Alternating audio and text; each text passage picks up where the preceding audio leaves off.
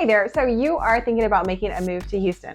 I'm excited to share Houston with you. We have so much to offer in this great city and the wonderful state of Texas. And today we are going to talk about protesting your property taxes in Montgomery County, one of the largest counties in the state of Texas and in the northern part of the greater Houston area. So if you stick around till the end, you'll understand how important it is to protest your taxes and how it's really not that scary. If this is your first time to the channel and you're interested in all things living in Houston and the northern suburbs, then subscribe and you'll be the first to know about the current market in Houston, Texas. I'm Erica Sprague. I grew up in San Antonio, I went to Texas A&M University, and then I moved to Houston and I made it my home. And that is why I love helping people move to and around the Houston area. So whether your move is 9 days or 90 days from now, I'd love to hear from you. Our contact information is in the description. So please feel free to reach out and let us know how we can help you make your move to Houston a smooth one. We are going to talk about protesting property taxes. So in the state of Texas, we have property taxes, no income state tax. And everyone has the opportunity to review the new proposed taxable amount on their home and protest it if they feel that that's appropriate. And what I would have you know is that every county handles it a little bit different. It kind of depends on how big your county is to see maybe if you can do it online or if you need to go in person. And I'm going to focus on Montgomery County today. Montgomery County is located in northern Houston. So it separates Harris County and then Walker County if you're going north to south on 45. It's a very large county, one of the largest in Texas. And there are 254 counties in the state of Texas. So it is one of the fastest growing counties in the state of Texas, as well as also one of the fastest growing counties in the nation.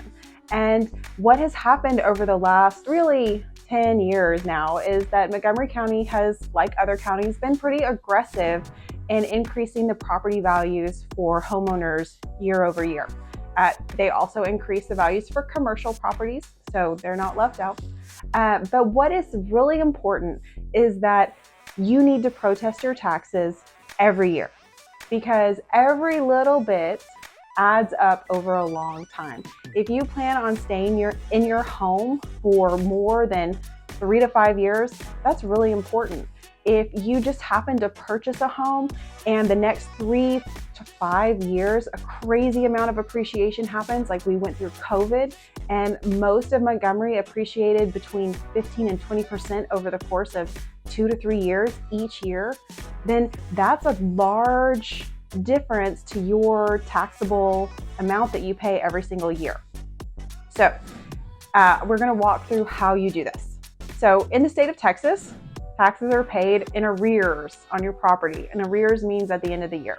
And so whether you escrow or you pay your taxes out of your own pocket every single year, that bill is due before December 31st, and it's normally sent out in October.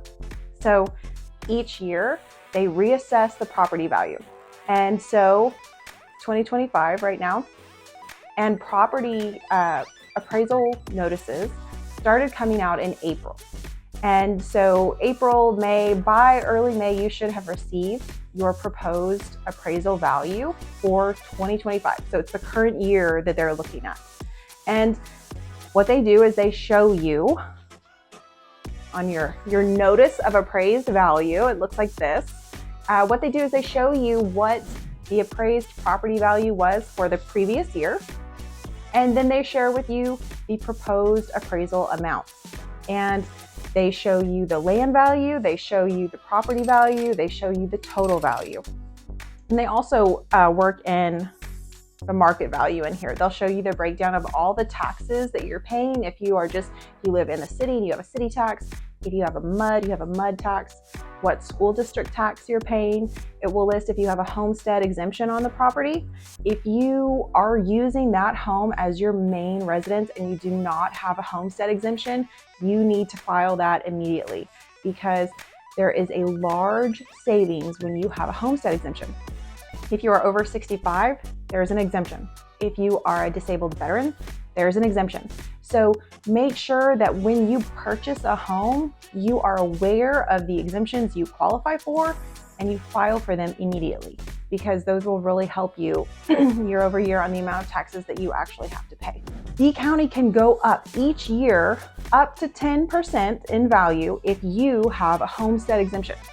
If you don't have a homestead exemption on your property, there is not a limit to the amount they can increase your property value.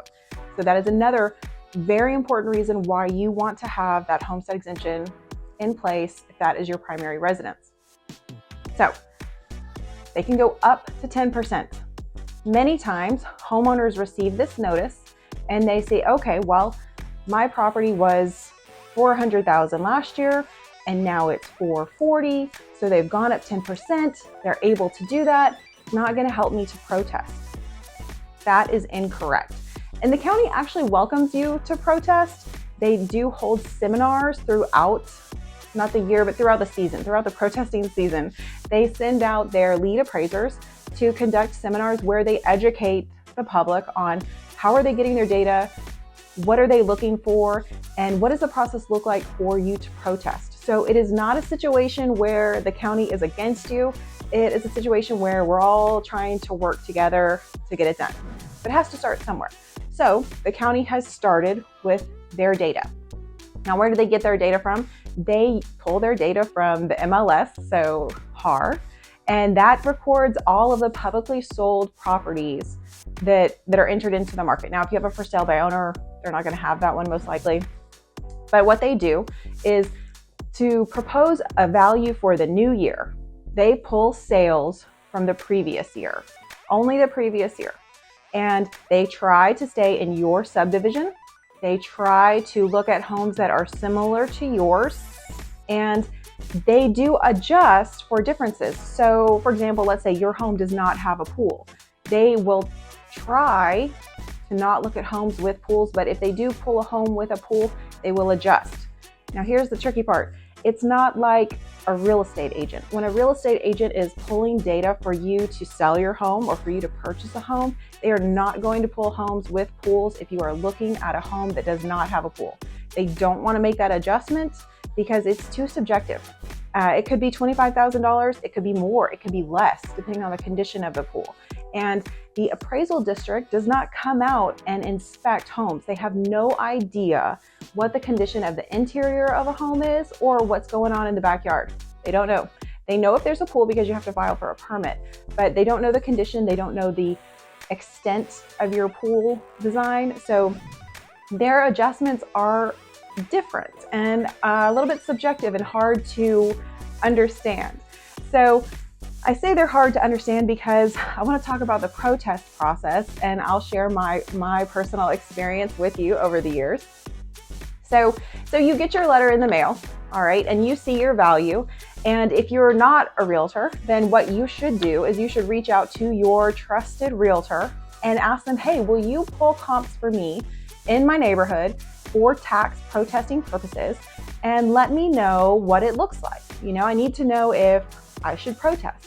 And they will do this for you complimentary, and they will provide you with that data. And if the data they give you is less than what is proposed here, or even if it's the same, you should go protest. And I'm going to tell you why in just a few seconds. So you get your data, and the data that they send you is going to look like this. Okay, so it lists all the properties, tells you all the sales in the previous year that are similar to yours in the same neighborhood, hopefully. And that is your evidence. This is what you are going to use to protest. So now, how do you protest? Well, you can protest online, you can request a hearing, and you can request a hearing with the board.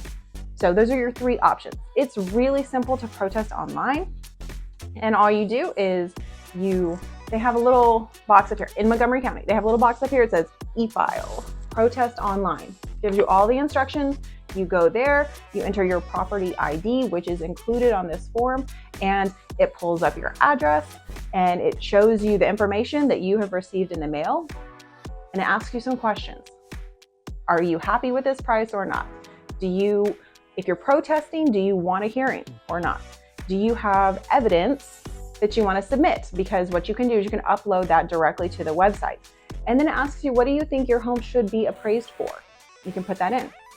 So if you just say, hey, I'm just protesting online, here's my evidence, that's it, that should be the end of it, and you should hear a response within about a month from the district. If you request a hearing, then you will get a letter in the mail, and that letter in the mail looks like this, and it says Appraisal Review Board, and it'll give you the information about the date and the time that they have picked for you to come in and speak to the board. And that sounds scary, but what the board is 3 people of your peer group. So they are residents in Montgomery County, they're normally retired, and they're volunteering. And they're there to listen to the information, to your evidence, to the county's evidence, and then to vote on what they think is most appropriate. And then there are also 2 people that are in the hearing, and they are from the county. And they are there facilitating this. They share the county's evidence, and then when it's time for you to present your evidence, they pull that up and put that on the screen as well, if it's already been submitted. So you're in the hearing, and they present their evidence, you present your evidence, and you decide, okay, where do we go from here? What makes sense? So what I'll share with you about my experience is that I go in, and I'll just tell you, they assessed my house, let's just say $450. Okay, they assessed my house for $450. And when I walked in that door, just having scheduled that hearing, the value that they had on their data, so homes sold, that they shared with me was already reduced by $22,000. Just having scheduled that hearing reduced that amount by $22,000. So that's a significant amount. And then we get into our conversation, and I share some data with them. I share some opinions. I share some location discrepancies, in my opinion. And by the end, that number that they had proposed to me had been reduced by $29,000. So did my home value go up? Yes. Is that okay? Yes. Because typically 4% is considered healthy. 4% appreciation year over year is considered healthy for the nation. And I want my home value to go up. One day I will sell, and that will be beneficial to me. I just want my taxes to be appropriate and proportionate with that. So when all is said and done, the taxable amount that my home increased was 3%, and I'm okay with that. So this was painless. It took 15 minutes. There is a timer limit when you go in there. So it went up $13,000 from the previous year. However, that is much better than it going up $42,000, because every single year, if you don't protest every single year because you just assume, well, it's 10% that they can go up each year, it's not going to help me, then it's quite possible that in 4 years, if they go up the full 10%, you could be paying $160,000. Your assessed value is $160,000 more than it was if you had protested. If it just goes up $13,000 for the next 4 years, then that's just around between $50,000 and $60,000 in taxable amount of money.